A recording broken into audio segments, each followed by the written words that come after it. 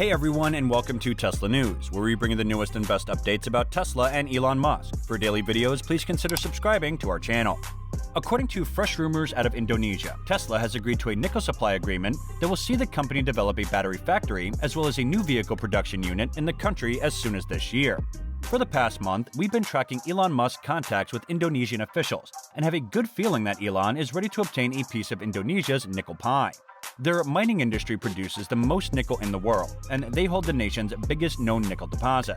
Tesla's new 4680 battery, which is presently being made in Fremont, California, with production lines in Austin, Texas, and Berlin, Germany expected to open soon, requires a considerable amount of nickel. These two sides have been in resource negotiations for about 2 years, but things have stepped up significantly in April. Elon received an Indonesian group of authorities and business leaders in Giga, Austin. And in May, he asked Joko Widodo, the country's president, to visit with him at his SpaceX Starship test facility in Boca Chica, Texas. According to local media, the country's Minister of Investments has confirmed that the substantial deal has been made for Tesla to establish a presence in Indonesia. Following stateside negotiations last weekend between President Joko Widodo and Tesla CEO Elon Musk, the two companies decided to develop a battery and electric vehicle production at the industrial complex in central Java province. The minister reiterated that no binding agreement has been reached yet, but that one has been reached. He went on to say, quote, "God willing, Tesla will enter Indonesia this year, but I can't say when. Let's wait since we have not yet signed the agreement yet, and the amount of the investment is still a secret. But this is excellent stuff, big stuff," end quote. And he's absolutely accurate that if real, this would be huge. We all assumed the battery factory would come with the nickel deal, even though Indonesian regulations require companies to handle nickel domestically. So you can't just retrieve nickel from Indonesia and ship it off to somewhere else. You have to set up shop and process the ore first. And if Tesla will have to go after all, why not construct a full-fledged production plant? If true, the automotive plant, on the other hand, would be a tremendous shock. For one reason, we can't imagine what Indonesian President Susilo Bambang Yudhoyono told Elon. "You can have all the nickel you want if you agree to help us boost our economy with a new Gigafactory, and we can examine Tesla's recent troubles to build a manufacturing foothold in India." If that plan fails, this could be a backup plan. Third, Tesla's reliance on China as an export hub may be questionable going forward, as shutting down the factory for a month due to lockdowns was not ideal. Finally, there are political factors to consider, such as China's ongoing relationship with Russia, as well as President Biden's threat to wage war with China over the island of Taiwan.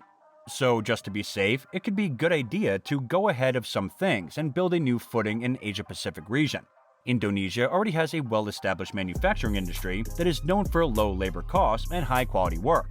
Therefore, Tesla has significant chance here that extends beyond nickel deposits.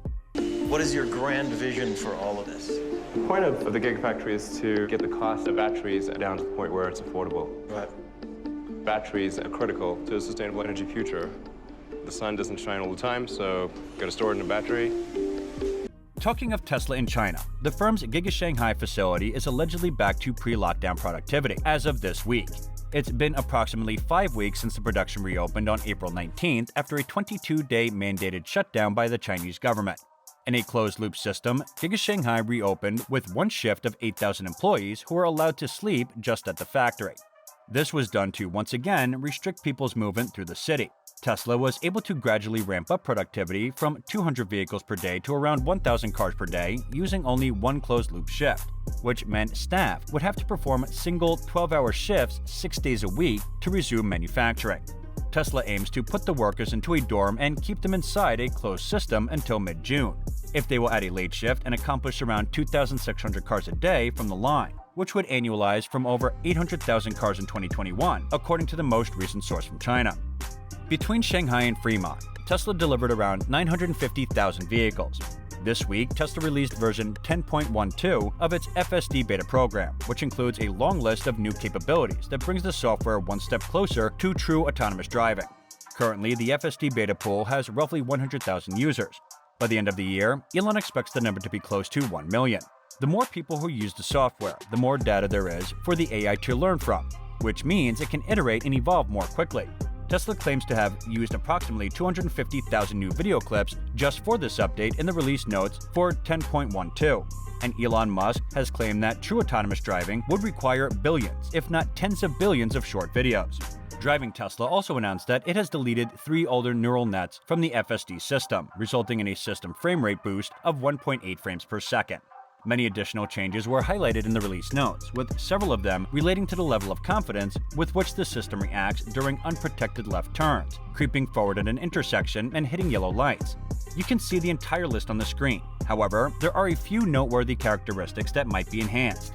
Motorcycle recalls and prognostication bicycles alongside pedestrians, improved behavior while going around cars with open doors, including an on-screen depiction of open doors, and increased accuracy when identifying if a car is parked or not parked.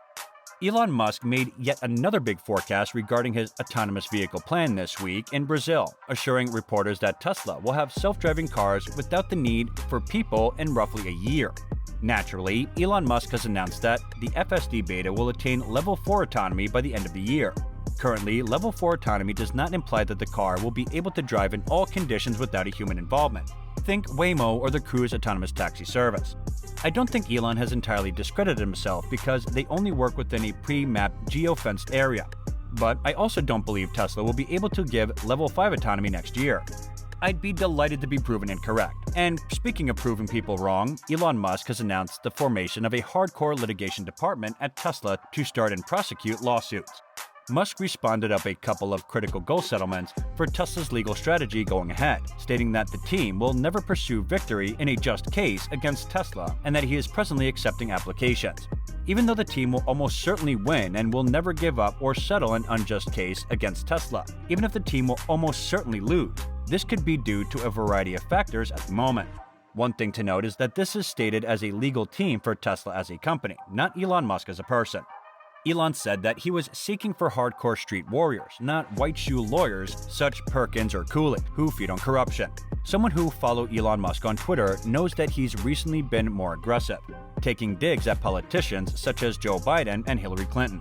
In response to statements made by current Twitter CEO Parag Agrawal, he particularly called out Bill Gates and dropped a feces emoji among other outbursts.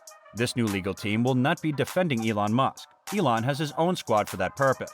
But as he continues to create high-profile enemies, we can expect them to console him by focusing on his most valuable asset, Tesla. These tweets also coincided with the premiere of the new documentary film on Hulu by the New York Times, which is critical of Tesla's full self-driving program and Elon Musk's ambition for autonomous vehicles. They also feature interviews with former Tesla employees who have nothing good to say about the FSD. Elon did suggest that part of his new legal role would include filing lawsuits, so we have little doubt that the Tesla drama will reach new heights in the coming months. So this was all. Add your thoughts in the comments section below. Also like, subscribe, and share our channel. We will see you soon with our next video, so be with us. And if you like this video, be sure to check out our other videos. Thank you so much for watching.